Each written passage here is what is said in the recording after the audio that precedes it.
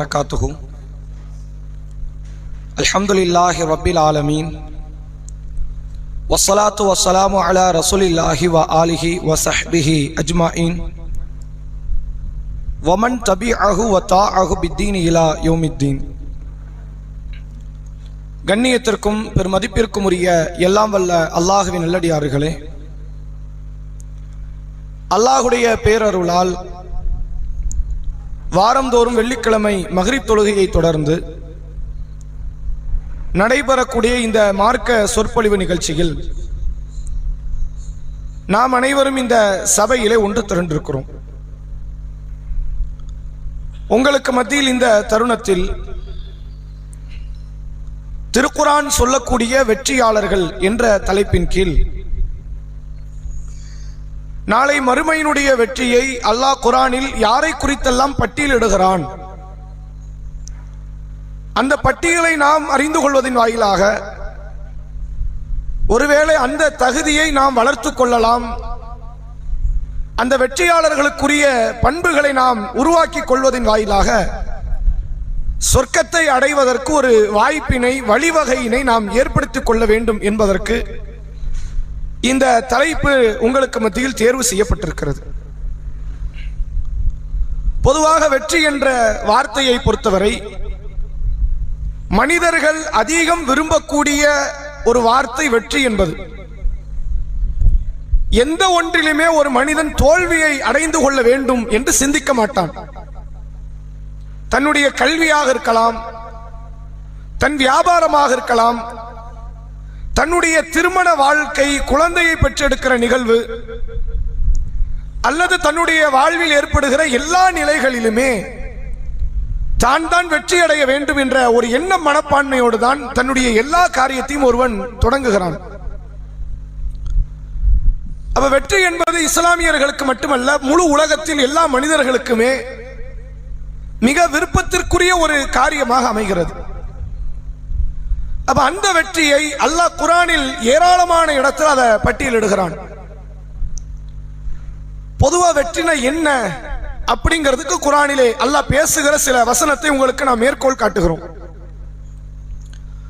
திருக்குரானில் சூரா all Imran என்ற 3வது அத்தியாயம் 185வது வசனம். வெற்றினா என்னங்கிறது இங்க சொல்லி கொடுக்கிறான். யார் யார் வெற்றி பெறுவாங்கிறது தனியா இருக்குது.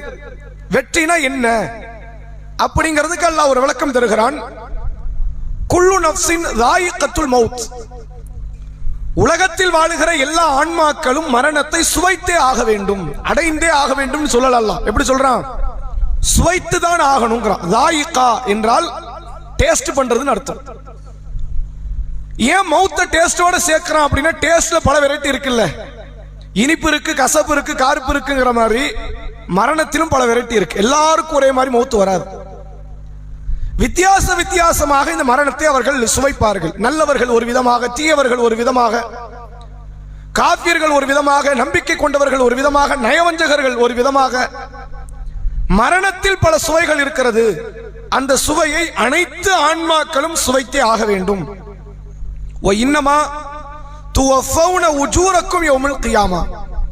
மறுமை நாளில் தான் உங்களுக்கான கூலிகள் முழுமையாக உங்களுக்கு வழங்கப்படும். இங்க கொடுக்கப்படாது. நீங்கள் நல்லதை செய்தாலும் இங்க கூலி கிடைக்காது, நீங்கள் தீமையை செய்தாலும் இங்க உங்களுக்கு தண்டனை கிடைக்காது. அல்லாஹ்வுடைய தண்டனை.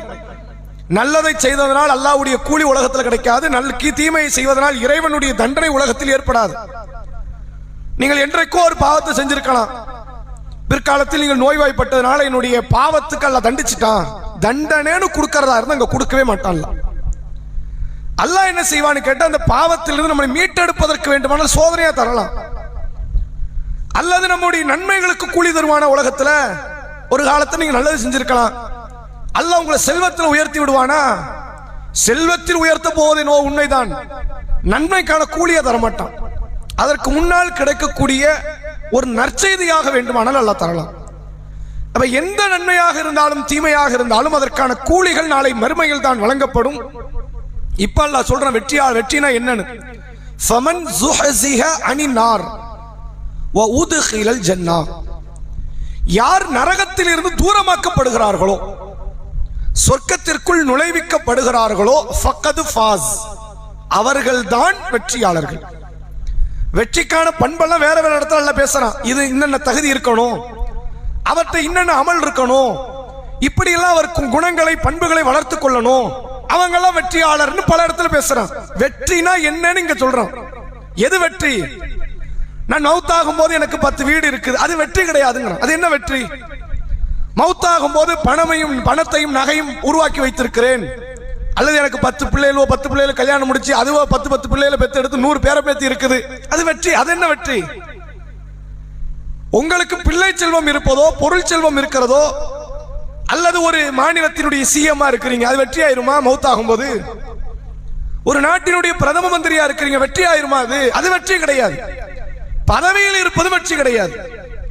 அல்லது நீங்கள் மௌத்தாகும் போது உலகமே உங்களுக்காக அழுகிறது, அட நல்ல மனுஷன் போய் சேர்ந்துட்டார, முழு உலகமே அழுகிறது, அப்ப அது வெற்றி ஆயிருமா? அதுவும் வெற்றி ஆகாது. நீங்கள் புகழை தேடி சேர்க்கிறீர்கள், அது வெற்றி கிடையாது. பதவிக்கு போட்டி போடுகிறீர்கள், அது வெற்றி கிடையாது. பொருளாதாரத்துக்கு ஓடுகிறீர்கள், அது வெற்றி கிடையாது. சொத்து பத்துகளை குவிக்கிறீர்கள், அது வெற்றி கிடையாது. பிள்ளை செல்வத்தை உருவாக்கி அதை பாசமாக வளர்க்கிறீர்களே, அது வெற்றி கிடையாது. உலகத்தில் நீ திரட்ட எதுவுமே வெற்றி கிடையாதுன்னு சொல்லிட்டு, ஃபமன் ஸுஹ்ஸிஹ அனின் நார், யார் நரகத்தில் இருந்து வெளியே வந்துட்டாங்களோ, தூரமாக்கப்பட்டு விட்டார்களோ, வஉத்கிலல் ஜன்னா, சொர்க்கத்திற்குள் நுழைவிக்கப்படுகிறார்களோ, ஃபக்கத் ஃபாஸ், அதுதான் வெற்றி. சொர்க்கத்துக்குள்ள போறதுக்கு பேர் தான் வெற்றி, நரகத்தில் இருந்து விடுதலை ஆவதற்கு பேர் தான் வெற்றி. இந்த வெற்றியை முஸ்லிமை தவிர வேற யாரும் புரிந்து கொள்ள முடியாது. அதுக்கு ஈமான் வரணும்ல. சொர்க்கம்னு ஒண்ணு இருக்கு, நரகம்னு ஒண்ணு இருக்கு, அல்லாஹ்விடத்தில் விசாரணைக்குரிய ஒரு நாள் இருக்கு அப்படின்னு நம்புறவங்க மட்டும்தான் இந்த வெற்றியை நோக்கி ஒரு அடிக்கல் எடுத்து வைக்க முடியும். இதை நம்பிக்கையே இல்லை அப்படின்னா அவனுக்கு முழுக்க முழுக்க உலக வெற்றியை தான் பார்ப்பான். நிறைய பிள்ளைங்களை பெற்றெடுக்கணும், அல்லது விரும்பியபடி வாழ்க்கை வாழணும், நிறைய சொத்துக்களை சேர்க்கணும், பதவிக்கு போகணும், பேர் புகழோடு வாழணும், இதைத்தான் வெற்றி நினைப்பான். இப்ப முதல் அடிப்படையாவே அல்லாஹ் எதை சொல்லி கொடுக்கிறான்? உன் இலக்கு எல்லாம் நரக விடுதலை நோக்கமா வை, உன் இலக்கு எல்லாம் சொர்க்கத்துல காலடி எடுத்து வைக்கணும்னு வை. அந்த இலக்கோடு பயணிக்கிறேன்னா உலகத்தில் ஏற்படுகிற நஷ்டம் உங்களுக்கு நஷ்டமா தெரியாது, உலகத்தில் ஏற்படுகிற இழப்புகள் உங்களுக்கு இழப்பாக தெரியாது. கொஞ்சம் யோசிச்சு பாருங்க. ஒரு மனிதர் கல்வி கற்றுக்கொள்கிறார், அவருக்கு கல்வி கற்றுக்கொள்ள பிடிக்கலன்னு விலகி வந்துட்டார். நிறைய பசங்களை நீங்க பார்க்கலாம். அவனுக்கு எப்ப அது வழி தெரியும் அப்படின்னா, வாழ்க்கையில் துவண்டு போகும்போது மட்டும்தான் வழி தெரியும். அவனுடைய தகப்பன தாய பெரிய பொருளாதாரத்தை சொத்து பத்தை சேர்த்து வச்சிருக்காங்க, அப்ப வழி தெரியுமா? அவனுக்கு தெரியாது. படிக்கவே இல்லை, தற்குறியா இருக்கிறான். ஸ்கூல்ல சேர்த்தா படிக்க மாட்டேன்னு வெளியே வந்துட்டான். ஆனா வாப்பா அம்மா கோடி கோடியா சொத்து சேர்த்து வச்சிருக்காங்க. வாழ்க்கையில ஒரு இடத்துல அவன் கல்வியை பத்தி யோசிப்பான? யோசிக்க மாட்டான். அந்த பணம் இருக்குது, எக்கச்சக்கமா பணம் சேர்த்துட்டானு. அப்ப யாருக்கு ஒரு காரியத்தை பற்றி யோசனை வரும் என்றால், யாருக்கு அது குறித்த நம்பிக்கை இருக்கிறதோ, அது குறித்த சிந்தனை இருக்கிறதோ, அவர்களுக்கு யோசனை வரும். கல்வியினுடைய உயர்வு யாருக்கு தெரியாது? பணத்தின் மீது மோகம் கொண்டவர்களுக்கு தெரியாது. மறுமையினுடைய வெற்றி யாருக்கு தெரியாது? நம்பிக்கை கொள்ளாத மக்களுக்கு தெரியாது. முஸ்லிம் மக்களாவது அதுல போட்டி போடணுமா இல்லையா? நம்ம தான் நம்பிக்கை வச்சிருக்கிறோம். மறுமைன்னு ஒண்ணு இருக்குது. உலகத்தை தன்னுடைய ஆளுமையால் வல்லமையால் படைத்த ஒரு பெரு ஆற்றல் கொண்ட ஒரு இறைவன் நம்மளை பிடிச்சி விசாரிக்க போறான். அவன் விசாரணையிலிருந்து தப்பிக்கவே முடியாது. தலைகீழ நின்னாலும் சரி கொண்டு வந்து பிடிச்சி உள்ள வச்சிருவான். அவனிட கேட்கக்கூடிய கேள்விகளுக்கு பதில் அளிக்கணும். நியாயமான பதில்கள் அவன் முன்னால் நாம் அளிக்க தவறிவிட்டால் நாம் நரகம் சென்று விடுவோம் என்பதை ஆழமாக நம்பிக்கொண்டிருக்கக்கூடிய இந்த முஸ்லிம்கள் எதை வெற்றியா வைக்கணுங்கிறான்லாம், இதை வையுங்க. இந்த வெற்றியை ஒருவர் உள்ளத்துல தாங்கி நின்றுட்டாருன்னு வைங்க, அவருக்கு உலகத்துல சில இழிவு ஏற்படும். அதெல்லாம் அவர் கவலை வராது. என்ன கவலை? எதுக்காக அவர் கவலைப்படுவாரா? கவலைப்பட மாட்டார். இல்ல பணங்காசம் நஷ்டமாயிடுச்சு, 40 ஆண்டு காலம் உழைத்து பல கோடி ரூபாய் சேர்த்து எல்லாம் நாசமா போயிடுச்சு, வருத்தப்படுவாரா? நான் இந்த உலகத்தினுடைய வெற்றியை எதிர்பார்க்கிறேன். பிள்ளைகள் மௌத்தாகும், வருத்தம் வருமா? பெரிய நோய் வந்துடும், இளம் பருவத்திலேயே படுக்கையில் விழுந்துருவார், வருத்தம் வருமா? அவருக்கு வராது. அவரை நோயை கொண்டோ, வறுமையை கொண்டோ, பசியை கொண்டோ, இழிவை கொண்டோ, கஷ்டத்தை கொண்டோ, எதை கொண்டும் அவருடைய மன சோர்வை ஏற்படுத்தி விட முடியாது. ஏன்? அவருக்கு இலக்கு எல்லாமே சொர்க்கம் மட்டும்தான். உலக வெற்றியை அவர்கள் வெற்றியாக பொருட்படுத்தாத மனிதர்கள் உலகத்தில் நிம்மதியாக வாழ்வார்கள். உண்மையிலே ஒருத்தனுக்கு யாருக்கு வாழ்வதற்கு பிடித்து இருக்கும் என்று கேட்டால் இந்த வாழ்க்கை நேசிப்பவருக்கு அல்ல, இந்த வாழ்க்கை வெறுப்பவர்களுக்கு. கொஞ்சம் யோசிச்சு பாருங்க, யதார்த்தத்தை புரியும். இந்த வாழ்க்கை ரொம்ப நேசிக்கிறீங்கன்னு வைங்க, உங்களுக்கு வாழ கஷ்டமாயிரும். நமக்கு நிறைய வீடு கட்டணுமே, நிறைய பொருளாதாரம் சேர்க்கணுமே, நிறைய கமிட்மெண்ட்ஸ் இருக்குது, ஒவ்வொரு நிமிஷம் யோசிச்சுக்கிட்டே இருப்பான், அவனுக்கு வாழ்க்கையை வெறுத்துரும். ஒருத்தன் வெந்ததை தின்னுட்டு விதி வந்த சாவன்னு தெரியறான்னு வைங்க, அவனுக்கு வாழ்றது ரொம்ப லேசா இருக்கும், ஈஸியா வாழ்ந்துரும். அவனுக்கு எந்த கஷ்டமே கிடையாது. ஒரு வேலையில நிற்பான், வேலையை விட்டு தூக்கிட்டாங்க, தூக்கிக்கோ நான் இன்னொரு இடத்துக்கு போயிருவேன். பணம் காசு இழந்துட்டோம், அவனுக்கு வருத்தமாக இருக்காது. யார் இந்த உலகத்தை வெறுக்கிறார்களோ அவர்களுக்குத்தான் இந்த உலகத்தில் வாழ்வது இலகுவாக்கப்படும். யார் உலகத்தை அதிகமாக நேசிக்கிறார்களோ, நேசிக்கிறவனுக்கு தானே இலகுவாக்கணும், ஆனா அவனுக்கு இலகுவா இருக்காது, அவனுக்கு வாழ்றதே கஷ்டமா இருக்கும். எவ்வளவு வேலை இருக்குது, எவ்வளவு பொருளாதாரம் சேர்க்கணும், இதைத்தான் திட்டமிடலாக வைத்திருப்பான். அப்ப அல்லாஹ் அடிப்படையாக சொல்கிறான், வெற்றியாளர்கள் யார் என்று சொல்வதற்கு முன்னால் வெற்றினா என்னன்னு தெரிஞ்சுக்க. நீ சேர்க்கிற எதுவுமே வெற்றி கிடையாது. நான் மறுமையில உனக்கு கொடுக்கிற சொர்க்கம் தான் வெற்றி, நரக விடுதலை தான் உனக்கான வெற்றி என்பதை அல்லாஹ் திருக்குர்ஆனிலே சொல்லிவிட்டு அடுத்த வார்த்தை சொல்கிறான், வமல் ஹயாத்து துன்யா இல்லா மத்தாஉல் குரூர்.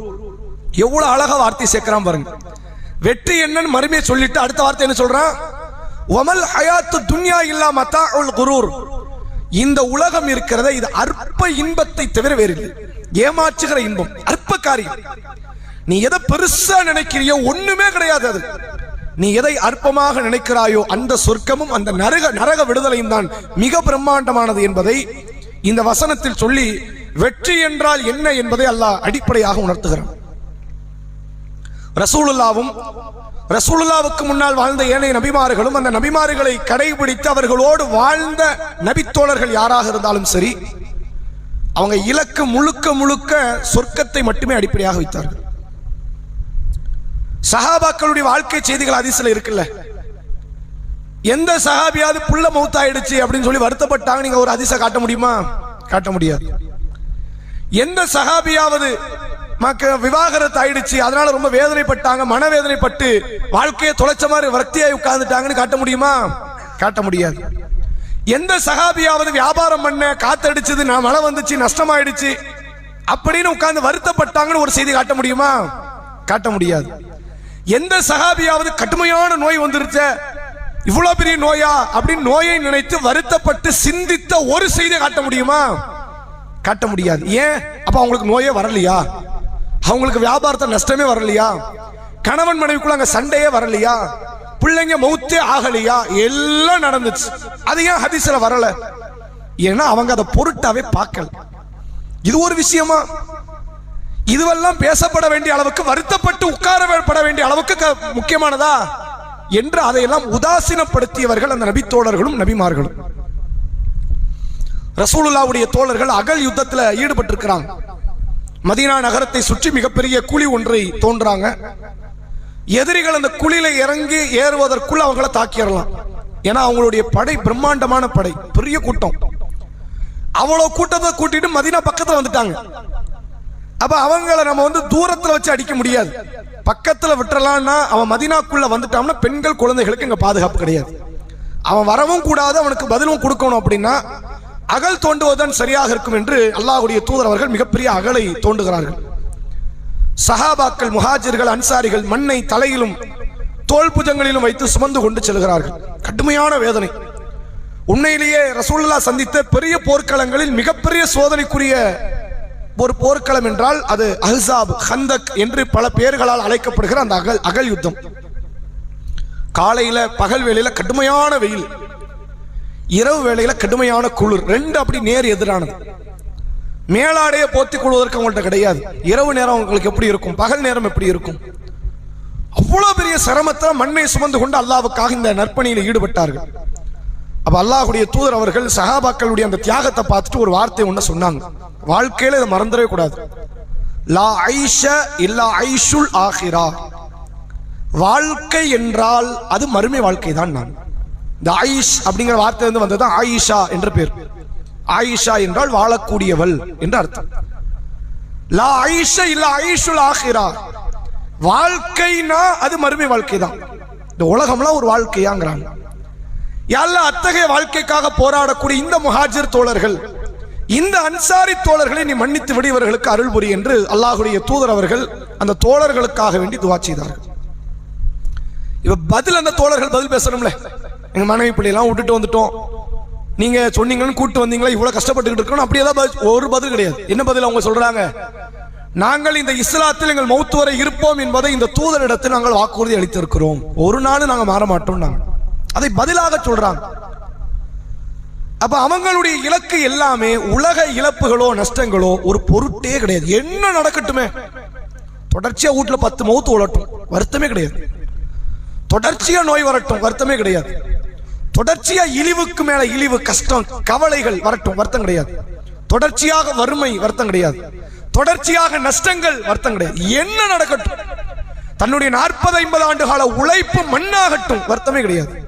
அவங்களுக்கு இருந்த வருத்தம் எல்லாம் மறுமையில நரகத்துல நான் தப்பிப்பனா, தப்பிப்பீங்க, போதும், அல்ஹம்துலில்லாஹ், வெற்றி அடைஞ்சிட்டோம்.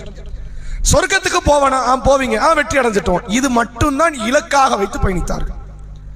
அப்ப இதை முதலில் நாம் உள்ளத்திலே தாங்கி நிறுத்த வேண்டும். உலகத்தினுடைய வெற்றி ஒரு வெற்றியே அல்ல. உலகத்தினுடைய மகிழ்ச்சியோ சந்தோஷமோ ஒரு மகிழ்ச்சியோ சந்தோஷமோ அல்ல. மறுமையினுடைய வெற்றி தான் மகத்தான வெற்றி என்பதை அடிப்படையாக வைத்து ஒவ்வொரு குர்ஆனினுடைய அந்த வெற்றியாளர்கள் சம்பந்தப்பட்ட செய்திகளை நாம் பார்ப்போம். முதலாவதாக அல்லாஹ் வெற்றியாளர்கள் யார் என்பதை சூரா ரூம் என்ற 30வது அத்தியாயம் 38வது வசனம், அத்தியாயம் 30 வசனம் 38 அல்லாஹ் சொல்கிறான், ஃபஆத்தி தல் குர்பா, நெருங்கிய உறவுக்காரர்களுக்கு நீங்கள் கொடுங்கள். எதை? ஹக்கஹு வல் மிஸ்கீன், அதாவது அந்த ஹக்கஹு உங்களுடைய பொருளாதாரத்தினுடைய அந்த ஜக்காத்தை, உரிமையை, நியாயத்தை கொடுங்க. வல் மிஸ்கீன் ஏழைகளுக்கு கொடுங்க. வபன சபீல் வழிப்போக்கர்கள் நாடோடிகளாக வாழ்கிறார்களே, வீடு வாசல் அற்ற நிலையில், அவர்களுக்கு கொடுங்க. ஸாலிக கைருல் லில்லதீன யுரீதுன வஜ்ஹல்லா, அல்லாஹ்வுடைய திருமுகத்தை யார் நாடுகிறார்களோ அவர்களுக்கு இதுதான் சிறந்தது. அல்லாஹ்வுடைய முகத்தை நாடக்கூடியவர்களுக்கு எது சிறந்தது? ஏழைகளுக்கு, அனாதைகளுக்கு, வழிப்போக்கர்களுக்கு, உறவுக்காரர்களுக்கு அள்ளி அள்ளி கொடுக்கிறது தான் சிறந்தது. சொல்லிவிட்டு அல்லாஹ் சொல்கிறான், உலாயிக்க ஹுமுல் முஃப்லிஹூன், இவர்கள் தான் வெற்றியாளர்கள். தர்மம் செய்யறவங்க வெற்றியாளர்னு சொல்லல, அல்லாஹ்வின் முகத்தை நாடக்கூடியவர்கள், அவர்களுக்கு இதுதான் வெற்றி என்று அல்லாஹ் சொல்றான். அப்ப நம்ம இலக்கு முதல் கட்டமாக எதை நோக்கியதாக இருக்க வேண்டும் என்றால், நமக்கு முழுக்க முழுக்க அல்லாஹ்வுடைய திருமுகம். அல்லாஹ்வுடைய திருமுகம்னா என்ன கருத்து நாடப்படுது? அவன் அன்பு கிடைக்கணும், அவனுடைய அருளோ கருணையோ கிடைக்கணும், அவனுடைய முஹப்பத்து கிடைக்கணும், நேசம் கிடைக்கணும், அவன் நம்மளை அன்பால அரவணைக்கணும், அவன் மறுமை நாள நம்மளை பொருந்திக்கணும், திருப்திப்படணும். அவன் என்ன நோக்கத்துக்கு நம்மளை படைச்சானோ அந்த நோக்கத்தை நிறைவேற்றியறணும். இப்படி இறைவனுடைய திருப்தி மட்டும்தான் உள்ளத்துல அப்படி குடி கொண்டு கிடக்கும், வேற எதுவுமே இருக்காது. அல்லாஹ் திருப்திப்படுவானா? ஒவ்வொரு காரியத்திலும் யோசிப்பாங்க, ஒவ்வொரு நன்மையில சிந்திப்பாங்க. இறை திருப்தியை அடிப்படையாக வைத்து நடக்கக்கூடியவர்களுக்கு தர்மம் சிறந்தது சொல்லிட்டு அல்லாஹ் சொல்றான், அவர்கள் தான் வெற்றியாளர்கள். இதே போன்று இன்னொரு வசனத்தை நீங்கள் பார்க்கலாம். சூரா தௌபா என்கிற 9வது அத்தியாயம் 72வது வசனம் அல்லாஹ் சொல்லுகிறான். இதுக்கு முன்னாடி 71வது வசனத்துல இறை நம்பிக்கை கொண்டவர்கள் பண்புனா என்னன்னு சொல்லிட்டு வரான். ஒரு இறை நம்பிக்கை கொண்டவர் அவர் எப்படி இருக்கணும்? தொழுகை நிலைநாட்டணும், ஜக்காத்து கொடுக்கணும், நன்மை ஏவணும், தீமையை தடுக்கணும். அது முந்திர வசனத்துல பேசுறான். இப்ப அடுத்த வசனத்துல அல்லாஹ் சொல்றான், வஅதல்லாஹுல் முஃமினீன வல் முஃமினாத், இறை நம்பிக்கை கொண்ட ஆண்களுக்கும் இறை நம்பிக்கை கொண்ட பெண்களுக்கும் அல்லாஹ் வாக்குறுதி அளிக்கிறான். ஜன்னாத், சொர்க்கங்களை. எதை வாக்குறுதி அளிக்கிறான்? சொர்க்கங்களை வாக்குறுதி அளிக்கிறான். தஜ்ரி மின் தஹ்திஹல் அன்ஹார், அதன் கீழ்ப்பகுதிகளில் ஆறுகள் ஓடுகிறது. எப்போதுமே ஒரு நீரூற்று உள்ள ஒரு பசுமையான இடம் அப்படிங்கிறதுக்கு அல்லாஹ் சொல்ற வார்த்தை. அந்த சொர்க்கங்களிலே கீழ்ப்பகுதிகளில் ஆறுகள் ஓடுகிறது. ஹாலிதீன ஃபீஹா, அதிலே அவர்கள் நிரந்தரமாக தங்கி விடுவார்கள். அவங்க வெளியே போகணும், அவங்களுக்கு ஆசை வராது. அதான் இருந்துட்டு எப்ப 60 வருஷம் வாழ்ந்ததுக்கு 100 வருஷம் சொர்க்கத்தில் இருந்து வெளியே போன அல்லாவும் சொல்ல மாட்டான். அவர்களுக்கும் பிரியம் இருக்காது, அல்லாவும் வெளியே அனுப்ப மாட்டான். அவர்கள் சொர்க்கத்திலே நிரந்தரமாக இருப்பார்கள்.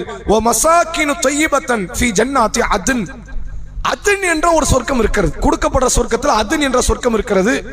அதிலே அவர்களுக்கு தூய்மையான பரிசுத்தமான வசிப்பிடங்கள் இருக்கிறது. நீங்கள் பார்த்ததை விட உலகத்துல எவ்வளவோ லக்ஸரியான வீடுகளை பார்த்திருக்கலாம். இன்னைக்கெல்லாம் யூடியூப்ல ஒரு ட்ரெண்டா ஓடுது அப்படின்னா ஹோம் டூர்னு போடுவாங்க. சில பேர் தான் இருக்கிற வீட்டையே எடுத்து வீடியோ போடுவாங்க. அடுத்தவர்களுடைய லக்ஸரியான லைஃப்ல ஒரு வாழ்ந்திருப்பானே, எந்த அளவுக்குன்னு கேட்டா 100 கோடி ரூபாய்க்கு வீட்டுல என்ன இருக்கும்? 1 கோடி ரூபாய் 30 லட்சம் 40 லட்சம் செலவு பண்ணி வீடு கட்ட முடியாதுன்னு இருப்போம். 100 கோடி ரூபாய்க்கு, அதுவும் சொந்த நிலத்துல வாங்கின வீடா இருக்காது, அபார்ட்மெண்ட் வீடா இருக்கும். அபார்ட்மெண்ட் வீடுல நமக்கு என்ன கிடைச்சிரும்? கடைசியில் ஒரு 200 வருஷம் கழிச்சு நிலம் கிடைக்குமா? நமக்கு கிடைக்காது. செங்கலாவது கிடைக்குமா? ஒண்ணுமே கிடைக்காது.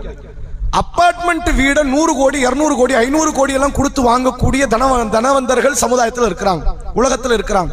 அபார்ட்மெண்ட் வீடு, அந்த இடத்துல வந்து வீடியோ எடுத்து காட்டக்கூடியவர்கள் பார்த்தீங்கன்னு வைங்க, இவ்வளவு செலவு இது ஆகுமா அப்படின்னு நினைக்கிற அளவுக்கு ஒரு சொர்க்கத்துக்குள்ளே கூட்டு போன மாதிரி ஒரு பிரம்மாண்டமான இடத்தை வந்து காட்டுவார்கள். அப்படிலாம் உலகத்துல நீங்க இதெல்லாம் சாமானியர்கள், அதாவது வளர்ந்து வரக்கூடிய தொழிலதிபர்கள் வாங்கக்கூடிய இடம். இதே போன்று வேற வேற நாடுகளுடைய பிரதம மந்திரிகளோ அதிபர்களோ ஒரு நாட்டினுடைய இளவரசனோ வாழக்கூடிய இடத்துல பாத்தீங்கன்னா மூக்கு மேல வரல வைக்கலாம், அவ்வளவு பிரம்மாண்டமா இருக்கும். அல்லாஹ் சொல்லுகிறான் சொர்க்கத்தை பற்றி, ஓ மசாக்கினு தொய்யிபத்தன் ஃபி ஜன்னாத்தி அதுன், அதுன் என்கிற சொர்க்கத்தில் அவர்களுக்கு தூய்மையான பரிசுத்தமான அவர்களுக்கான வசிப்பிடம் இருக்கிறது என்று அல்லாஹ் சொல்லுகிறான். சொல்லிட்டு ஒரு ரிதுவானும் மினல்லாஹி அக்பர், அல்லாஹ்வுடைய திருப்தி இருக்குதுல்ல, இந்த சொர்க்கத்தை விட பெருசுங்க. இவ்வளவு பெரிய சொர்க்கம் சொல்லிட்டான். சொர்க்கத்தை சொல்றதுக்கு முன்னாடி உலகத்தை அற்பம்ட்டான். நீங்க என்னத்தை கட்டுங்க, 1 கோடி ரூபாய் இல்ல 1000 கோடி ரூபாய் வச்சு வீடு கட்டுங்க, எத்தனை லட்சம் கோடி ரூபாய் வச்சு வீடு கட்டினாலும் சொர்க்கத்தோட ஒப்பிடும் போது இது அற்பம், ஒண்ணுமே கிடையாது. செத்த ஆட்டை விட அற்பமானது. அப்படி சொர்க்கத்தை தூப போட்டு ஏத்திட்டானல்ல, ஏத்திட்டு சொல்றான் இந்த சொர்க்கத்தை விட பெருசா ஒண்ணு இருக்குது. ஒரு ரிதுவானும் மினல்லாஹி அக்பர், அல்லாஹ்வுடைய திருப்தி இருக்கிறது சொர்க்கத்தை விட மேலானதுங்கிறான், பெரியது. சொல்லிவிட்டு ஸாலிக ஹுவல் ஃபௌஸுல் அலீம், இதுதான் மகத்தான வெற்றி. அந்த சொர்க்கத்தையும் அல்லாஹ்வுடைய திருப்தியையும் பெறுவதற்கிறதே அதுதான் மகத்தான வெற்றி. அப்ப ஒரு இறை நம்பிக்கை கொண்டவருடைய உள்ளத்தில் அடிப்படையாக இருப்பது ஒவ்வொரு நேரமும் நான் அல்லாஹ்வுக்காகத்தான் வாழ்றேன், என் காரியங்கள் என் தியாகங்கள் என் செயல்பாடுகள் எல்லாம் அல்லாஹ்வுக்காக. ஏன்னா அல்லாஹ்வுக்காக நினைக்கும் போது உண்மையிலேயே ஒரு பெரிய மனசோர்வுல இருந்து நம்ம தவிர்க்கப்படுவோம்.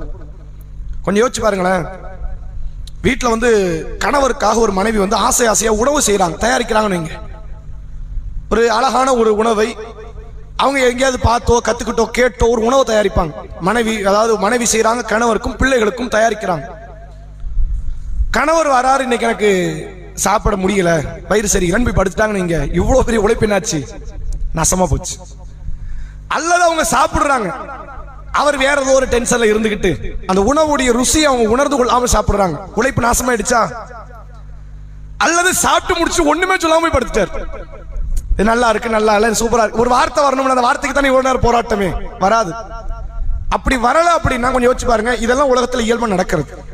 இவ்வளோ நேரம் உழைச்சது என்னாச்சு? மண்ணா போச்சு. இப்ப இஸ்லாமிய மார்க்கம் நமக்கு என்ன சொல்லுதுன்னா, மனிதர்களுடைய திருப்திக்காக நீங்க போராடுனீங்கன்னா சில நேரங்கள் அந்த திருப்திக்கு பரிசு கிடைக்கலாம், பல நேரங்களில் பரிசு கிடைக்காது. இதுதான் கணவனுக்கும், இதுதான் பிள்ளைகளுக்கு, இதுதான் குடும்பத்தாருக்கு, இதுதான் எல்லாருக்கும். இவங்க சொன்னாங்களே இவங்களுக்காக ஒரு காரியத்தை பண்ணுவீங்க, கண்டுகொள்ளவே மாட்டாங்க மனிதர்கள். ஆனா அல்லாஹ் எப்படிப்பட்டு தெரியுமா, ஒரு காரியத்தை செய்யறீங்க, அது ஃபெயிலியரே ஆனாலும் அல்லாஹ் அது கூலி தருவான். ஃபெயிலியர் ஆயிடுச்சு, அல்லாஹ் என்ன தருவான்? அதுல கூலிகளை தருவான். இப்போ உதாரணத்துக்கு ஒரு பெண் வந்து நோன்பு வைக்கிறாங்க, நோன்பு வச்சு அசர் நேரம் வந்தாச்சு, மாதவிலக்கு ஏற்பட்டுச்சு, நோன்பு கூடுமா? கூடாது, நோன்பு விட்டுறணும். இந்த நோன்பு அவங்க வேற நாள்ல வைக்கணும். இது ஃபர்லா இருந்தா, சுன்னத்துனா அது பிரச்சனை இல்லை, வைக்கவும் முடியாது. ஃபர்லாக இருந்தா அசர் வந்தாச்சு, மகரிப்புக்கு ஒரு 1/2 மணி நேரம் இருக்கு, அப்படி வச்சுக்கோங்க. 6 மணி வந்தோன்னு மாதவிலக்கு ஏற்பட்டுருச்சு ஒரு பெண்ணுக்கு, நோன்பு கூடுமா? கூடாது. அந்த நோன்பு ஏற்றுக்கொள்ளப்படாத அந்த நோன்பை மீண்டும் வைக்கணும், வேற ஒரு நாள்ல கணக்கிட்டு. ஆனா கூலி உண்டா? கூலி உண்டு. இவ்வளவு நேரம் போராடினாங்கல்ல ஒரு உழைப்பு, அந்த உழைப்புல கடுகளவு கூட அல்லாஹ் வீணாக்க மாட்டான். அப்ப அப்படிப்பட்டவனுடைய அந்த திருப்தியை பெறுவது மட்டும்தான் இலக்கா இருக்கணும். அதான் அல்லாஹ் சொல்லுகிறான் ரசூலுல்லாஹ் விட்டு, குல் நபியே நீங்கள் சொல்லுங்கள், இன்ன ஸலாத்தி வ நுசுக்கி வ மஹ்யாய வ மமாத்தி லில்லாஹி ரப்பில் ஆலமீன், என் தொழுகை, என் வணக்க முறை, என் வாழ்க்கை, என் மரணம் அனைத்துமே அகிலத்தை படைத்த அல்லாஹ்வுக்காகத்தான். நீங்க யார் திருப்திக்காக போராடணும்? நீங்கள் பாடுபட்டு சமைத்த உணவை அது நல்லா இருக்குன்னு ஒரு வார்த்தை சொல்றதுக்கு கஷ்டப்படக்கூடிய மனிதர்களுடைய திருப்திக்காகவா? அல்லது ஒரு மனிதர் தன்னுடைய குடும்பத்திற்காக உழைத்து கொட்டுகிறார், 25 வயசுல இருந்து ஆரம்பிக்கிறார், தாய் தந்தைக்கு மனைவி பிள்ளைகளுக்கு, 60 ஆனோன்னு வீட்டுல வந்து உட்கார்ந்துருவார், ரிட்டையர்மெண்ட் ஆயிருவார். அதுக்கப்புறம் அவளால் பண்ண முடியாது, மதிப்பு குறையுமா? சம்பாதிக்கும் போது இருந்த அந்த மதிப்பு இப்ப இருக்காது இல்ல. இவர் இல்லைன்னா இந்த வருஷம் நமக்கு வண்டி ஓடி இருக்காது. அந்த மதிப்பை கொடுக்கணும்னு தோணுமா இருக்காது. அது உங்களுடைய பெற்றோருக்கும் கொடுக்க முடியாது. நீ தான் சம்பாதிக்கலாம், பேரம்பளம் சம்பாதிக்கலாம்னு வந்துடும். உங்கள் மனைவிமார்களுக்கு அந்த மதிப்பு வராது, உங்கள் பிள்ளைகளுக்கும் அந்த மதிப்பு வராது. உலக மனிதர்கள் திருப்தியை நாடுனா ஒரு நேரம் கிடைக்கும், ஒரு நேரம் கிடைக்காது. இறை திருப்தியை நாடுனா அந்த காரியத்தில் தோல்வியவே நீங்கள் அடைந்தாலும் சரி அல்லாஹ் திருப்திப்படுவோம். காரியத்தை தோல்வி அடைஞ்சிட்டீங்க, இப்ப நோன்பு கூடல இல்ல, ஆனா அல்லாஹ் நன்மையை தருவோம். நோன்பை மறுபடியும் வைக்கணும், செஞ்ச செயலுக்கு நன்மை இருக்கு. ஒரு தொழுகையை தொழுவுறீங்க, 3 ரக்காயத்து தொழுகை மகரி தொழுவுறீங்க, அத்தகையாத்து இருப்பு கடைசி சலாம் கொடுக்கறத காட்டு பிரிஞ்சிருச்சு. தொழுகை கூடுமா? கூடாது. மறுபடியும் போங்க, ஒளிச்சிங்க, வந்து தொழுதாகணும். அப்ப இவ்வளவு நேரம் ஒரு 10 நிமிஷம் நின்னோமே, அதுக்கு நன்மை இருக்கு. அதுக்கு என்ன இருக்கு? நீங்க அல்ஹம்து சூரா ஓதுனீங்க, துணை சூரா ஓதுனீங்க, ருக்கு செஞ்சீங்க, சுஜூத் செஞ்சீங்க, நன்மை கிடையாதுன்னு சொன்னா செஞ்ச காரியத்துக்கு நன்மை கிடைச்சிருச்சு. அந்த காரியம் தோல்வியை அடைந்தாலும் சரி நன்மை இருக்கு. ஆனா தொழுகை கூடல, அது கூடனா மறுபடியும் வந்து நீங்க ஒளி செஞ்சு மறுபடியும் தொழுங்க, அதுக்கு தனியா நன்மை இருக்கு. தொழுகையும் ஏற்றுக்கொள்ளப்படும் என்று மார்க்கம் சொல்லுது. இறைவனுடைய எதிர்பார்ப்பு பாருங்கள். ஒரு காரியம் தோல்வி அடைந்தால் கூட அல்லாவுக்காக வேண்டி நீங்கள் ஒன்றை செய்தால் அதில் அல்லாஹ் நன்மை தருகிறான் அப்படின்னு என்ன அர்த்தம்? அதை திருப்திப்படுறான்னு அர்த்தம். ஒரு காரியத்தை அல்லாஹ் கூலி கொடுக்கறான்னு எது கொடுப்பான்? பிரியப்பட்டதான் கூலி கொடுக்கிறது. உங்க வீட்டுல வந்து எலக்ட்ரிஷியன் வேலையை ஒரு ஆளை கூப்பிடுறீங்க, வந்து பாக்குறாரு, காலையில இருந்து சாயங்காலம் வரைக்கும் வேலை பார்த்திருக்கிறாரு, ஒண்ணுமே உருப்படி இல்லை, காசு கொடுப்போமா? அதுல நமக்கு திருப்தி இல்லாம காசு கொடுக்க மாட்டோம். வேலை முடிஞ்சாதான் காசு, வேலை முடியலன்னு எப்படி காசு கொடுக்க முடியும்? அதனே அர்த்தம். அல்லாவை பொறுத்தவரை ஒரு காரியத்தை அல்லாவுக்காக செய்கிறீர்கள், அந்த காரியம் சரிவர முடியவில்லை என்றாலும் அல்லாஹ் திருப்திப்படுவான். அல்லாஹ்வுடைய திருப்தி பிரம்மாண்டமான சொர்க்கத்தை விட, ஆனா அடையிறது ரொம்ப லேசு. அல்லாஹ்வுடைய திருப்தி அடையிறது லேசு. நீங்க பாருங்க, உலகத்தில் மனைவியின் திருப்தியை லேசில் அடைய முடியாது, கணவனின் திருப்தியை லேசில் அடைய முடியாது, பிள்ளைங்க திருப்தியை லேசில் அடைய முடியாது. எதை கொண்டு திருப்தி அடைய முடியும்? உங்க பிள்ளை விருப்பப்பட்டு ஒரு பைக் வாங்கி கொடுக்குறீங்க, உடனே திருப்தி அடைஞ்சிருவானா? அடுத்து போன்ல நிப்பான், அதுல வாங்கி தரலன்னா கோபப்பட்டுருவான். 2.5 லட்சம் ரூபாய் செலவு பண்ணி பைக் வாங்கி கொடுத்து திருப்தி அடையணும்ல, எங்க வாப்பா கஷ்டப்பட்டு வாங்கி தந்தாரு அப்படின்னு அடையணும், அடைய மாட்டான். அடுத்து போனுக்கு அப்ப வாங்கி தரணும், திருப்தி அடைய மாட்டான். கேட்கறலாம் வாங்கி கொடுத்துக்கிட்டே இருக்கணும். மனிதர்கள் இப்படித்தான். அது ஆணாக இருக்கலாம், பெண்ணாக இருக்கலாம், கணவனாக இருக்கலாம், மனைவியா இருக்கலாம், எல்லாரும் அப்படி. ஆனால் அல்லாஹ்வை பொறுத்தவரை ஒரு காரியத்தை செய்கிறீர்கள் என்றால் கூலி உடனே அல்லாஹ் தருவான், அதை அல்லாஹ் ஏற்றுக்கொள்கிறான், பரிசுத்தமாக அதை பெற்றுக் கொள்கிறான் என்று மார்க்கம் பார்க்கிறது. ரசூலுல்லாஹ் சொன்னாங்க, ஒரு அடியான் உணவு உண்ணுகிறான், உணவு உண்டு விட்டு இப்ப அந்த உணவு இல்லைன்னா நம்ம பசியில துடிச்சிருப்போம்ல, அதை உணர்ந்து அல்ஹம்துலில்லாஹ்னு ஒரு வார்த்தை சொல்றான். குடிக்கிறான் தண்ணி தாகத்துல, குடிச்சு முடிச்சுட்டு அல்ஹம்துலில்லாஹ் என்று சொல்லுகிறான். ரசூலுல்லாஹ் சொன்னாங்க, இந்த இவன் சொன்ன அந்த ஒரு வார்த்தை இருக்குல்ல, அல்லாஹ் திருப்தி பட்டுட்டான். ஒரு வார்த்தையில இவன் தான் நேத்துக்கு வட்டி வாங்கியிருப்பான், அதெல்லாம் வட்டி வாங்கின நியாயம் சொல்லல, மது அருந்தி இருக்கலாம், திருடி இருக்கலாம், ஏமாத்தி இருக்கலாம், வேற பாவம் பண்ணிருக்கலாம், அந்த பாவத்துக்கு நான் தனியா பாத்துக்கிறேன், இந்த செயலுக்கு நான் திருப்தி அடைந்து விட்டேன். அல்லாஹ் மட்டும்தான் ஒரு அடியான் மீது நேசம் வைத்த நிலையில வெறுக்க முடியும், வெறுத்த நிலையில் நேசம் பட முடியும். இது அல்லாஹ்வால மட்டும் தான் முடியும், நம்மளால முடியாது. மனிதர்கள் ஒரு அடியான வெறுத்துட்டானுங்களே, வெறுத்து தான் முடிஞ்சு போச்சு, அவன் நேசமே வராது. நேசப்பட்டுட்டானுங்க, நேசப்பட்டு தான் வெறுப்பு வர, அப்படிதான் நம்ம வாழ்ந்து கொண்டிருக்கிறோம். அல்லாஹ் பொறுத்த வரைக்கும் ஒரு தீமையை ஒருத்தன் செய்வான், ஒரு அடியான் அந்த காரியத்தில் வெறுப்பான், அதை தொடர்ந்து ஒரு நன்மை செய்வான், அந்த நன்மைக்கு அல்லாஹ் நேசிப்பான். இப்ப இறைவனுடைய திருப்தி இருக்கிறதே, இலகுவாக அதை அடைந்து கொள்ளலாம். அதிகமான மக்களுடைய நிலைமை என்ன தெரியுமா? அல்லாஹ்வுடைய திருப்தி எனக்கு கிடைக்குமா, நாம் பெற்றுக்கொள்ள முடியுமா? அல்லாஹ்வுடைய திருப்தி மிக பிரம்மாண்டமானது, ஆனால் இவர்கள் தான் பெற்றுக்கொள்ள முடியும், இவர்கள் பெற்றுக்கொள்ள முடியாதுன்னு அல்லாஹ் நியதி வைக்கல. அவனை நம்பி யாரெல்லாம் கையேந்துறாங்களோ அவங்க அனைவருமே இறை திருப்தியை பெறுவார்கள். திருக்குர்ஆனில் அல்லாஹ் சொல்கிறான், லா தக்னத்து மிர் ரஹ்மத்தில்லாஹ், அல்லாஹ்வுடைய அருளில் மட்டும் நீங்கள் நம்பிக்கை இழந்து விடாதீர்கள். அல்லாஹ் தருவானா, எனக்கு கிடைக்குமா, ஏன்னா நீ மட்டும் வேற அல்லாஹ் படைச்சாலா, வேற அல்லாஹ்னு ஒரு கான்செப்டே கிடையாது, இல்ல அப்படி ஒண்ணே இல்லை. எந்த இறைவனால் நீங்கள் படைக்கப்பட்டீர்களோ அவன் உங்களை எப்படி நேசிக்காம இருப்பான்? நேசிப்பான். இறைவனுடைய அருளில் மட்டும் நீங்கள் நம்பிக்கை இழந்து விடாதீர்கள் என்று இஸ்லாம் சொல்கிறது. அப்ப ஒன்றை மட்டும் மனசுல ஆழமா பதிய வச்சுக்கங்க, நான் வாழ்வதும் சாவதும் அல்லாஹ்வுக்காகத்தான், என் வாழ்க்கையினுடைய எல்லா நிலைகளும் அல்லாஹ்வுக்காகத்தான் என்று நீங்கள் வாழ்ந்தால் அந்த காரியம் வெற்றி அடைஞ்சாலும் கூலியை தருவான், அந்த காரியம் தோல்வி அடைந்தாலும் கூலியை தருவான். நீங்கள் நன்மையில் அதிகம் செய்தாலும் கூலியை தருவான், நன்மையில் குறைவாக செய்தாலும் கூலியை தருவான். அல்லாஹ் ரப்புல் ஆலமீன் அவனை எதிர்பார்த்து வரக்கூடிய, அவனுக்காக வாழக்கூடிய மனிதர்கள் மீதுதான் திருப்தி கொள்கிறான் என்பதை இந்த வசனங்கள் வாயிலாக நம்மால் தெரிந்து கொள்ள முடிகிறது. அப்ப இதுதான் வெற்றி. அல்லாஹ்வுடைய திருப்தி போதும்டா, வேற யார் திருப்தி பட்டா என்ன படலைன்னா என்ன அப்படின்னு ஒருத்தர் வாழ்றான்னு மறுபடியும் வெற்றி அடைஞ்சிருவான். மனிதர்களை நிறைய பேரை பார்க்கலாம், இறை திருப்தியை விட குடும்பத்தார்கள் திருப்தியை தான் எதிர்பார்ப்பார்கள். ஒரு கல்யாணம் அமைக்கிறாங்க, அதுல பல லட்சம் ரூபாய் செலவழிப்பாங்க, குடும்பத்தாரினுடைய திருப்தி. அல்லது ஒரு வியாபாரம் நடத்துவாங்க, மார்க்கத்திற்கு விரோதமான பொருட்களை விற்பார்கள், ஏன் பணம் வரணும், மனைவி கிட்ட கொடுக்கணும், குடும்பத்தாரின் திருப்தி. எல்லா காரியத்தையும் குடும்பத்தார் திருப்திக்கு ஆசைப்படுறாங்கல்ல, அந்த குடும்பத்தார் ஒரு நேரம் வரைதான் உங்களுக்கு மதிப்பளிப்பார்கள். இது கணவனும் சரி மனைவியும் சரி. ஒரு நேரம் தாண்டிருச்சுன்னா நிராகரிப்பார்கள், புறந்தள்ளி விடுவார்கள். எத்தனை ஆண்டு காலம் உங்கள் மரணத்திற்கு பிறகு உங்களுடைய வாழ்க்கை துணையோ பிள்ளைகளோ உங்களை நினைத்துக் கொண்டிருப்பார்கள். ஒரு மனைவி மௌத்தாயிட்டாங்க, கணவர் எத்தனை வருஷம் நினைச்சுக்கிட்டு இருப்பாரு. ஒரு கணவர் மௌத்தாயிட்டார், மனைவி எத்தனை வருஷம் நினைப்பாங்க. பிள்ளைங்க மௌத்தாயிட்டாங்க, பெற்றோர்கள் எத்தனை வருஷம் நினைக்க போறாங்க. பெற்றோர்கள் மௌத்தாயிட்டாங்க. உண்மையிலே வருத்தப்பட வேண்டிய நிகழ்வு என்னன்னா, பெற்றோர்கள் மௌத்தது ரொம்ப லேசல மறந்துடுவாங்க. மற்றவர்கள் மரணம் கூட அவ்வளவு காலம் நிக்காது, அவ்வளவு காலம் வந்து உள்ளத்தில் இருக்காது. இந்த பெற்றோர்களுடைய மரணம் இருக்குது, உடனே போயிடும். இப்படிப்பட்ட நிலையில தான் இந்த குடும்பத்தாருக்காக உழைத்து கொட்டக்கூடியவர்கள். இறை திருப்திக்காக வேண்டி நீங்கள் வாழ்ந்தால் இம்மையிலும் மறுமையிலும் அல்லாஹ்வுடைய கருணை கிடைக்கும் என்பதை நம்ம புரிந்து கொள்ள முடியும். அதே போன்று அடுத்ததாக யார் வெற்றி அடைவார்கள் என்பதை சூரா அன்கபூத் என்கிற சூரா கஸஸ் என்கிற 28வது அத்தியாயம் 67வது வசனம் அல்லாஹ் சொல்கிறான். ஃபஅம்மா மன் தாப, யார் பாவ மன்னிப்பு தேடி, வ ஆமன வ அமில சாலிஹன், நம்பிக்கை கொண்டு நல்ல அமல்களை செய்கிறார். நிறைய தீமைகள் நம்ம செஞ்சிருக்கலாம். ஒரு அடிப்படையை தெரிந்து கொள்ளுங்கள், தீமை செய்யாதவர்கள் மனிதர்களே அல்ல. இது யாரா இருந்தாலும் சரி, தீமை செய்யாதவங்க யாரும் கிடையாது, மனிதர்கள் கிடையாது. வானவர்கள் தீமை செய்ய மாட்டார்கள். மனிதர்கள் என்றால் சுய அறிவு வழங்கப்பட்டவர்கள் என்றால் அவர்கள் தீமை செய்வார்கள். இறையச்சத்துக்கு ஏற்றவர் தீமை கூடும் குறையும். நபிமார்கள்ட்ட 1-2 தப்பு வரும், அது கவனக்குறைவில் அலட்சியத்தில் ரசூலுல்லாஹ்க்கு வந்திருக்கு. அல்லாஹ்வால் சில நேரங்களில் நபி அவர்கள் கண்டிக்கப்பட்டாங்க. ஒரு பார்வை தெரியாதவருடைய சலாமை ரசூலுல்லாஹ் புறக்கணிச்சாங்க, அல்லாஹ் கண்டிச்சான். தேன் விஷயத்துல அல்லாஹ் கண்டிச்சான். பத்ர் போருடைய கைதிகள் விஷயத்துல அல்லாஹ் கண்டிச்சான். ஏன் கண்டிச்சான்? ரசூலுல்லாஹ்வுடைய கவனக்குறைவு அதுல காரணம். ரசூலுல்லாஹ்ட்ட அது மட்டும் தான் வரும், தீமைகள் வராது, பாவங்கள் வராது. ஏன்னா இறையச்சம் மிகுதி. யார்கிட்ட இறையச்சம் குறைஞ்சுக்கிட்டே வருதோ அவங்கள்ட்ட தீமை கூடிக்கிட்டே வரும். ஆனால் தீமை செய்யாத ஒரு மனிதன் கிடையாது. அது ஆதம் அலைஹிஸ்ஸலாமில் ஆரம்பித்து கியாமத் நாள் வரை வரக்கூடிய எந்த மனிதனாக இருந்தாலும் சரி, நான் ஒரு தீமை கூட செய்யல அப்படிங்கிற ஒரு நிலையில ஒருத்தன் கிடையாது.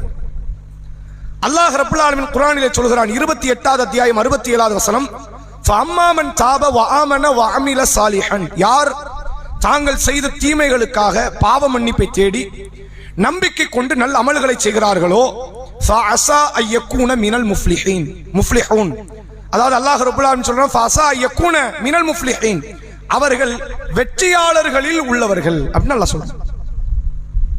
நீங்க நம்ம ஒரு திருட்டு வேலை செஞ்சிட்டோம், நீங்க ஒரு பேச்சுக்கு நம்ம என்ன பண்ணிட்டோம், ஒரு திருட்டு வேலை செஞ்சிட்டோம். அல்லாஹ் கிட்டே அது குற்றம், மனிதர்கள்ட்ட தெரிஞ்சு அது கேவலம், அசிங்கம். நீங்க விட்டுட்டீங்க அந்த பாவத்தை. நம்ம செய்யறோம், நீங்களோ நானோ செய்யறேன், அந்த பாவத்தை செஞ்சோம், மனிதர்கள்லாம் பார்த்துட்டாங்க, பிடிச்சி கடுமையா திட்டாங்க, விமர்சனம் பண்ணிட்டாங்க, நம்ம பாவத்தை விட்டாச்சு.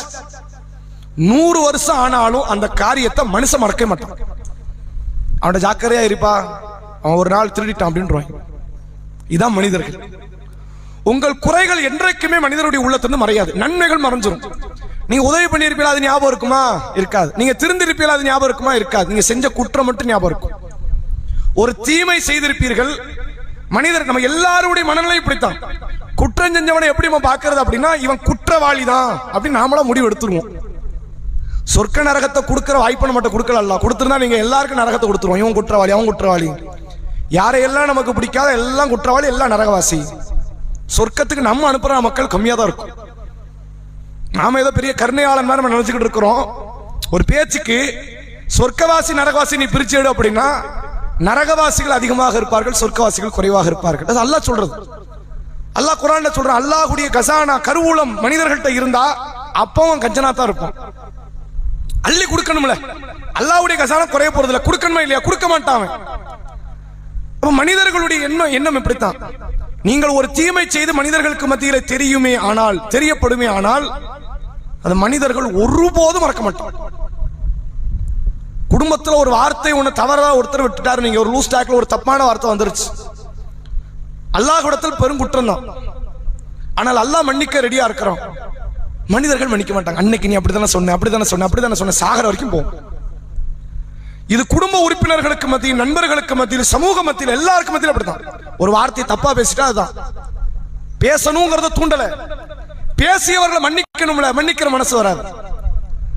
அப்ப அல்லாஹ்வை பொறுத்தவரை மனுஷன் மன்னிக்க மாட்டான்ல, நான் மன்னிக்கிறேங்கிறான்.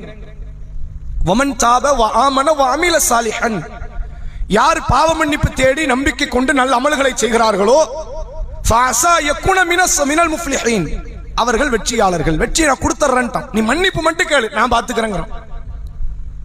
இப்ப இறைவனுடைய கருணையை உணர்வதற்கு ஒரு அற்புதமான ஒரு அல்லாஹ்வுடைய பண்பு என்றால் அது மன்னிப்பு குணம் தான். ரசூலுல்லாஹ் சொல்றாங்க, ஒரு அடியான் ஷிர்க் வைக்காமல், இஸ்லாத்தில் இருந்து இணை வைக்காமல் மௌத்தை அடைகிறான், பூமி நிறைய பாவத்தை கொண்டு வரான். எது நிறைய? பூமி நிறைய. அப்படி ஒருத்தர் பண்ண முடியுமா? சாத்தியப்படுமா? பூமி நிறைய பண்ணுவான்? பண்ண முடியாது. அவ்வளவு பாவம் யார்ட்டங்க இருக்குது? யாரு செய்வா? பண்ண முடியாது. அவ்வளவு பெரிய பாவத்தை நீ கொண்டு வந்தாலும் பூமி நிறைய பாவ மன்னிப்போட நான் வெயிட் பண்ணிக்கிட்டு இருக்கிறேங்கிறான்ல. கருணையாளனா இல்லையா? அவன் கருணையில பல நூறு கோடியில ஒரு பங்காத முழு மனித குலத்துல இருக்குமா? கிடையாது, கிடையாது. அதனால தான் அவன் இணையற்றவன். அவன் வெறும் அவனுடைய ஆற்றலால் மட்டும் இணையற்றவன் அல்ல, அறிவால் மட்டும் இணையற்றவன் அல்ல, அவன் குணத்தாலும் இணையற்றவன். அவனுக்கு ஒரு விஷயத்துல கூட அவனுக்கும் படைப்புக்கும் எல்முனை அளவுக்கு சம்பந்தம் கிடையாது. பெரிய கருணையாளன். அல்லாஹ் சொல்கிறான், பாவ மன்னிப்போ, பாவத்தோட வந்தா மன்னிப்போட நான் நிக்கிறேங்கிறான். அவ்வளவு பெரிய கருணை. ஆனா அல்லாஹ் எதை எதிர்பார்க்கிறான் தெரியுமா? அந்த திருந்துகிற எண்ணத்தையும், அல்லாஹ் என்ன மன்னிச்சிரு அப்படின்னு எந்த நேரத்தில் நீங்கள் மன்னிப்பு கேட்டாலும் சரி, அந்த மன்னிப்பை அல்லாஹ் ஏற்றுக்கொள்ள தயாராக இருக்கிறான்.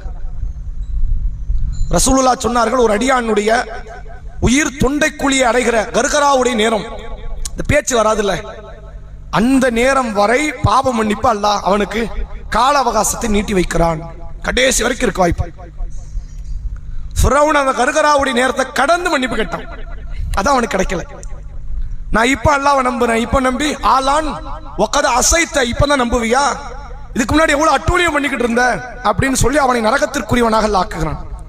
கர்கராவுடைய நேரம் வானவர்களை பார்ப்பதற்கு முந்தைய நேரம், மரணத்தை அடைவதற்கு முந்தைய நேரம் வரை அடியார்கள் கேட்கிற பாவ மன்னிப்பை அல்லாஹ் ஏற்றுக்கொண்டே இருக்கிறான்.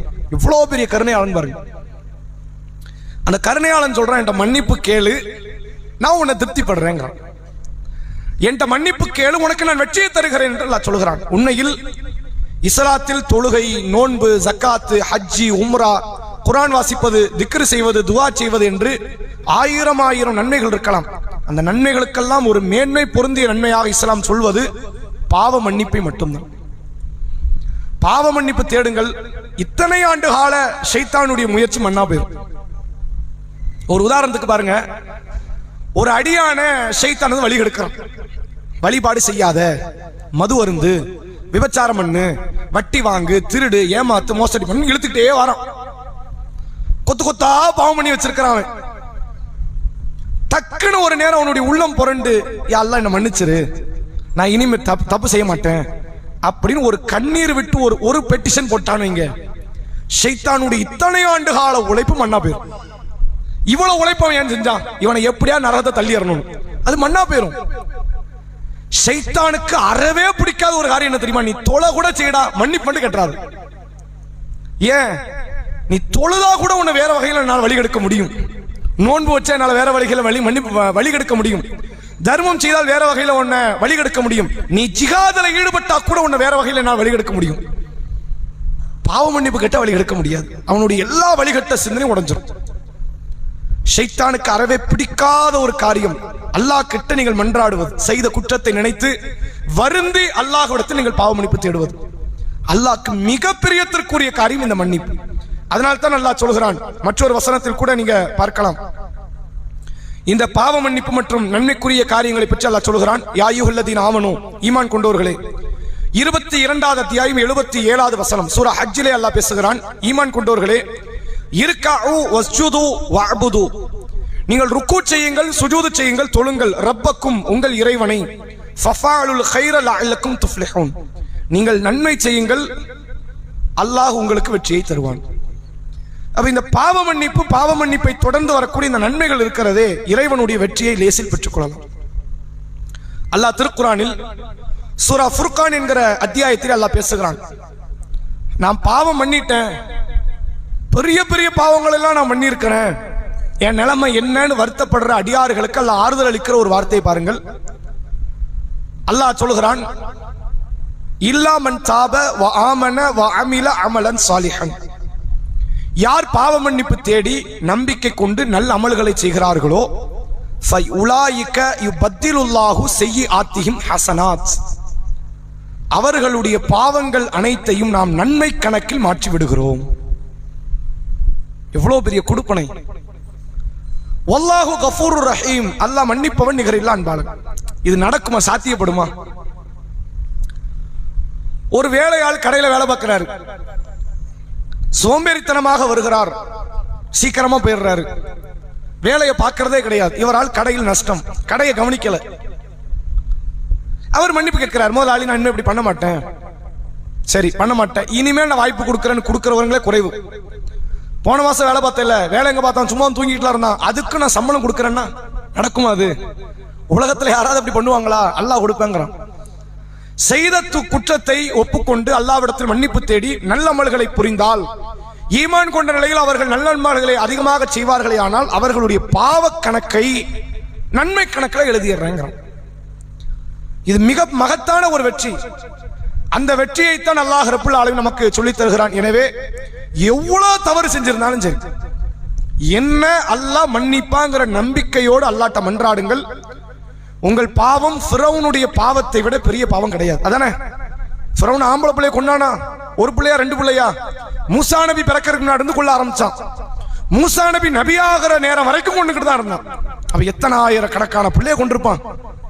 அவன் பாவத்தோட நிக்க முடியுமா? அது மட்டுமா நம்ம அல்லாஹ்க்கு இணை வச்சோமா? கிடையாது. அவன் அல்லாஹ், நான் தான் அல்லாஹ்னா, ஆனா ரப்புக்குமுல் ஆலா, உயர்ந்த இறைவனை நான் தான். கரெக்டா? தன்னையே கடவுள்னா, ஆண் பிள்ளைகளை கொன்னா, அடிமைப்படுத்தி ஒரு சமூகத்தை வச்சிருந்தான், மிகப்பெரிய ஆதிக்க வர்க்கமாக தன்னை நினைத்துக் கொண்டு பெருமை அடித்துக் கொண்டு இருந்தான். இவனை மன்னிக்க அல்லாஹ் நாடுனான். யார மன்னிக்க? ஃபிரௌனை மன்னிக்க. அல்லாஹ் மூசா நபியிடத்துல சொல்றான், கூலா லஹு கௌலன் லையின். மூசாவே, ஹாரூனே, அந்த ஃபிரௌனிடத்தில் நளினமான சொல்லை சொல்லுங்கள். அல்லாஹ் நாடினால் அவன் எப்படி ஆவனா? இறையச்சவாதியா மாறலாம். அவனுக்கு என்ன சொல்லப்பட்டது? தாவாதான். அப்ப அல்லாஹ் மட்டும் நம்பி இஸ்லாத்துக்கு வந்துரு, அல்லாஹ் மன்னிச்சிருவான் பாவத்தை. அவன் வந்திருந்தா ஃபிரௌன் சொர்க்கவாசி, அவன் வரமாட்டான். நான் வரம்பு மீறுதல்ல இருந்திருப்பேன்னா, அப்படி இருக்கிறதுனால தான் அவன் நரகத்திற்குரியவனாக ஆனான்.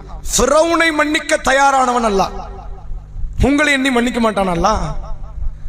அப்ப இறைவனிடத்தில் நீங்கள் மன்னிப்பு தேடி இயன்ற அளவுக்கு நன்மையான காரியங்களில் நீங்கள் ஈடுபடுவீர்களே ஆனால், நாம் ஈடுபடுவோமே ஆனால், அல்லாஹ் உறுதியிட்டு சொல்கிறான், அவர்கள் வெற்றியாளர்கள் என்று திருக்குர்ஆன் நம்மை பார்த்து பேசுகிறது. அதே போன்று வெற்றியாளர்களுக்கான இதே வசனங்களில் இன்னொரு பண்பையும் நமக்கு அல்லாஹ் சொல்கிறான், அவர்கள் நன்மைகளை அதிகப்படுத்துவார்கள். என்ன சொன்ன எல்லா வசனத்தையும் அப்படிதான் வருது. மன்னிப்பு தேடி நம்பிக்கை கொண்டு நல்ல அமல்கள் செய்வது. பாவ மன்னிப்பு நம்முடைய பாவங்களை அளிக்கும், அது வெற்றியை நமக்கு தரும். ஆனால் அதோடு சேர்த்து வெற்றியை உறுதிப்படுத்துகிற இன்னொரு காரியம், நன்மைகளை செய்யுங்கள். நன்மைனா என்ன? வழிபாடுகள் மட்டும் நன்மையா அப்படின்னா கிடையாது. அல்லாஹ்வுடைய திருமுகத்தை நாடி நல்ல பண்புகளை வெளிப்படுத்துகிற எல்லா காரியம் நன்மை. ரசூலுல்லாஹ் இடத்துல ஒரு நபித்தோழர் வந்து கேட்கிறார். என்ன கேட்கிறாரு? சுஇல அனில் கைரி வஷர். அல்லாஹ்வின் தூதரே, நன்மைனா என்ன, தீமைனா என்னன்னு கேட்கிறார். என்ன கேட்கிறாரு?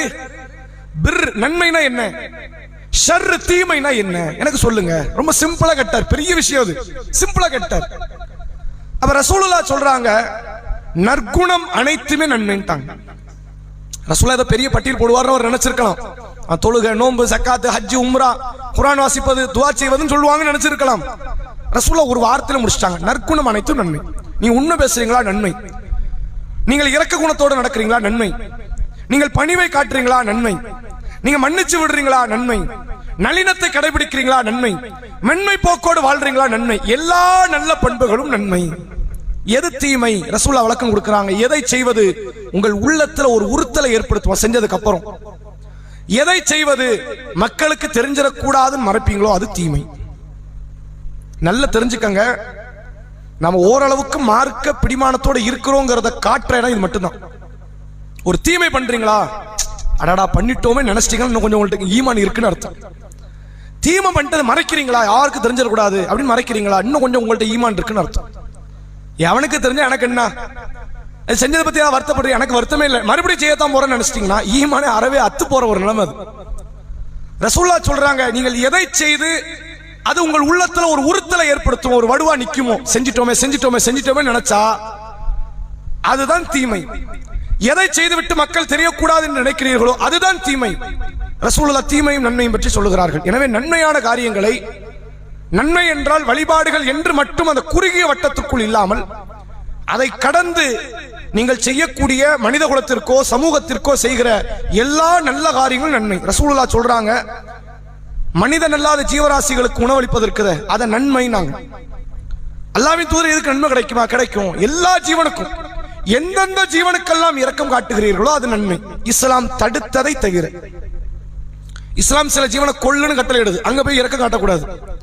எலியை கொள்ளுங்கள், அதே போன்று பருந்தை கொள்ளுங்கள், பாம்பை கொள்ளுங்கள், ரசூலுல்லாஹ் ஒரு பட்டியல் போடுறாங்க. பள்ளியை கொள்ளுங்கள், அதுல போய் இரக்கம் காட்டக்கூடாது.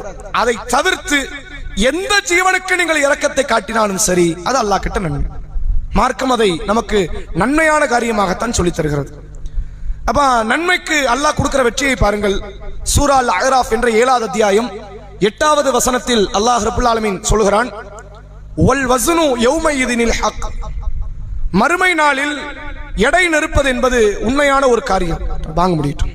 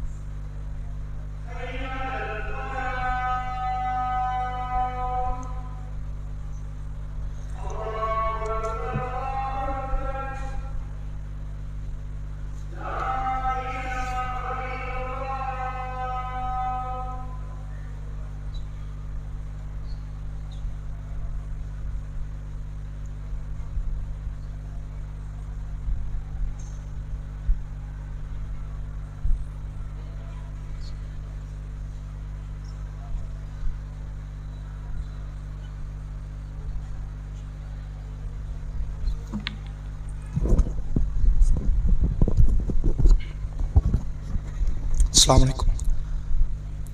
அல்லாஹ் குர்ஆனில் சூரா அல் அஹ்ராஃப் என்ற 7வது அத்தியாயம் 8வது வசனத்தில் அல்லாஹ் சொல்கிறான், வல் வஸ்னு யௌமையிதினில் ஹக். மறுமை நாளில் எடை நிறுப்பது என்பது உண்மையான ஒரு காரியம். அதை யாரும் மறுத்தர முடியாது. அதே நேரத்தில் யாரும் அதை தடுத்து நிறுத்திட முடியாது. மீசான் ஒரு தராசு இருக்குல்ல, மறுமை நாளில் மீசான் என்கிற ஒரு மீசான்ங்கிற வார்த்தைக்கு அர்த்தமே தராசு தான் அரபுல. மீசான்ங்கிறது வந்துட்டு அந்த தராசுடைய தனி பேருங்கிறது இல்லாம மீசான் என்றாலே தராசு. மறுமை நாளில் அல்லாஹ் ஒரு எடை நிற்கிற தராசை வைத்திருப்பான். நன்மைகளை ஒரு தட்டிலும் தீமைகளை ஒரு தட்டிலும் அல்லாஹ் வைத்து, தீமைகள் நன்மைகளை குறித்த ஒரு செய்தி அல்லாஹ் இந்த வசனத்தில் சொல்கிறான். மறுமை நாளில் எடை நிற்பது என்பது உண்மை. ஃபமன் தகுலத் மவாசீனுஹு, யாருடைய நன்மை தட்டு கனத்து விட்டதோ ஃபஉலாயிக ஹுமுல் முஃப்லிஹூன், அவர்கள் வெற்றியாளர்கள். அஹ்ராஃப் என்ற 7வது அத்தியாயம் 8வது வசனம். இதே வசனத்தை இன்னொரு சூறாலை நமக்கு சொல்கிறான். அல் காரியா என்று வரக்கூடிய அந்த அத்தியாயத்தில் ஃபமன் தகுலத் மவாசீனுஹு, யாருடைய நன்மை தட்டு கனத்து விட்டதோ அவர்கள் ராதியா என்ற மகிழ்ச்சிக்குரிய அந்த வாழ்க்கையில இருப்பார்கள் என்று அல்லாஹ் வசனத்தில் சொல்லக்கூடியதை பார்க்க முடிகிறது. அப்ப இந்த வசனத்திலே அல்லாஹ் சொல்லுகிறான், நீங்கள் வெற்றி அடைய வேண்டும் என்றால் அதீத நன்மைகள் உங்கள்கிட்ட இருக்கணும். அந்த அதீத நன்மைகளோடு நீங்கள் வந்தால் வெற்றி அடையலாம். நன்மைகளை செய்வதற்கு அல்லாஹ் 1008 கதவுகளை திறந்து வச்சிருக்கிறான். ஒரு ரூட்டு தான் நன்மைன்னு வைங்களேன், எல்லாராலையும் செய்ய முடியாது. இப்ப உதாரணத்துக்கு நீங்க பாருங்க, குர்ஆனை வாசிப்பதுதான் நன்மை என்று வச்சிருந்தான்னு வைங்க, சிலருக்கு குர்ஆன் கிடைக்காம போயிருக்கலாம், சிலருக்கு குர்ஆன் வாசிக்க தெரியாம போயிருக்கலாம். எல்லாராலையும் பெற முடியாது, எல்லாருக்கும் நேரம் இருக்கணும்னு சொல்ல முடியாது. அல்லாஹ் நன்மைகளுக்கான களஞ்சியத்தை அப்படி உடைச்சிட்டான். நிறைய இருக்கு, திக்ருகள் இருக்கு, எல்லாரும் செய்யலாம். திக்ரு முடியல, என்னால திக்ருலாம் பண்ணிக்கிட்டு இருக்க முடியாது, வேலையில நோன்பு வைக்கலாம். இப்படி ஒவ்வொரு நன்மை அவங்க உங்களுடைய சூழ்நிலைகளுக்கு ஏற்ற மாதிரி என்னால என்ன முடியும் அப்படிங்கறத, ஃபர்லு எல்லாருக்கும் பொதுவானது, அது மாறாது. இல்ல என்னால முடியாது ஃபர்லு தொழுகையில ஏதாவது அதுல ஒரு சலுகை கிடைக்குமா, அதுல கிடைக்காது. ஃபர்லுல யாருக்கு எந்த மாற்றமும் கிடையாது.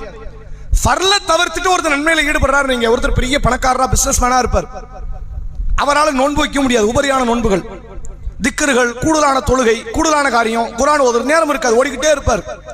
1000 கடையை திறந்தாச்சு 1001வது கடையை தூக்கி ஓடுவார். அவரால் நிக்கவும் மனசு வராது. அவருக்கு அல்லாஹ் என்ன செய்யறான், வாய்ப்புகளை, செல்வத்தை அதிகப்படுத்த நிறைய தர்மத்தை கொடுங்க, அப்படி நன்மை அடையலாம். ஒரு ஹஜ் பண்ணுங்க, 10 உம்ரா பண்ணுங்க, வாய்ப்புகள் இருக்கு. அப்ப ஒவ்வொருத்தருக்கு அந்த நன்மைகளுக்கான சூழ்நிலைகளை அல்லாஹ் வகைப்படுத்துகிறான். நம்மால் என்ன முடியும், எனக்கு இயன்றது என்ன அப்படிங்கறத உணர்ந்த அந்த நன்மைகளில் நாம் அதிகப்படுத்துவோமே ஆனால் நம்முடைய வெற்றி உறுதியாகிவிடும். அதை இஸ்லாம் சொல்லுகிறது. அப்ப 2 விஷயத்தை நம்ம பார்த்திருக்கிறோம் இன்றைய தினத்தில். வெற்றியாளர்களுக்கான 2 முக்கியமான காரியம். ஒன்று, இறை திருப்தியை அடைவது வெற்றியை பெற்றுத்தரும். அல்லாஹ்வுடைய திருப்திங்கிறது எல்லா காரியத்திலும் இருக்குது. அவனை மட்டும் நோக்கமா வச்சு வாழ்ந்துட்டாலே இறை திருப்தி கிடைச்சும். எனக்கு அவன் தான் வேணும், என் அமல்கள் பிறர் பார்க்க வேண்டும் என்பதற்கல்ல, என் காரியங்கள் பிறருடைய புகழுக்கோ பாராட்டுக்கோ அல்ல, அல்லாஹ்வுக்காக மட்டும்தான் அப்படிங்கிற அந்த எண்ணத்துல இறை திருப்தியை நாடி நம்முடைய செயல்களை அமைத்துக் கொள்ள வேண்டும் என்பதை ஒரு செய்தியாகவும், இரண்டாவது, நீங்கள் எவ்வளவு தவறு செஞ்சிருந்தாலும் சரி, நீங்க ஒப்பிட்டு பார்க்கறத ஃபிரௌனோட ஒப்பிட்டு பார்க்கலாம். ஃபிரௌனோட நம்ம பெரிய பாவமா பண்ணிட்டோம் கிடையாது. ஃபிரௌனையே மன்னிக்க ரெடி ஆனா அல்லாஹ், நம்மளையும் அல்லாஹ் கண்டிப்பா மன்னிப்போம். ஆனா அல்லாஹ் என்ன எதிர்பார்க்கிறான்னா, உடனே திருந்துங்கிறான். திருந்தறதுல என்ன பண்ணிடாதீங்க, அதான் அல்லாஹ் மன்னிப்பானே, இன்னும் கொஞ்சம் கால அவகாசம் எடுத்துக்காதீங்க. நீங்கள் எவ்வளவு தவறு செய்தாலும் சரி, உடனே நான் திருந்துறேன், மன்னிப்பு தேடுறேன்னு சொல்லி அல்லாஹ்ட்ட மன்னிப்பு தேடி ஈமான் கொண்டு பாவங்களில் விட்டு விலகிய நீங்கள் நன்மைகளை நோக்கி அடியெடுத்து வைப்பீர்களே ஆனால் கட்டாயம் நீங்கள் வெற்றியை அடைவீர்கள் என்பதை அல்லாஹ் இந்த வசனத்தின் வாயிலாக நமக்கு சொல்லித் தருவதை புரிந்து கொள்ள முடிகிறது. இன்னும் ஏராளமான வெற்றியாளர்களுக்கான பண்புகள் குர்ஆன் பேசுகிறது. அது குறித்த செய்திகளை வரக்கூடிய வாரத்தில் தெரிந்து கொள்வோம். வாஹிரு தஅவானா அல்ஹம்துலில்லாஹி ரப்பில் ஆலமீன். அஸ்ஸலாமு அலைக்கும் வரஹ்மத்துல்லாஹி வபரகாத்துஹு. இன்ஷா அல்லாஹ் நாளை மறுநாள்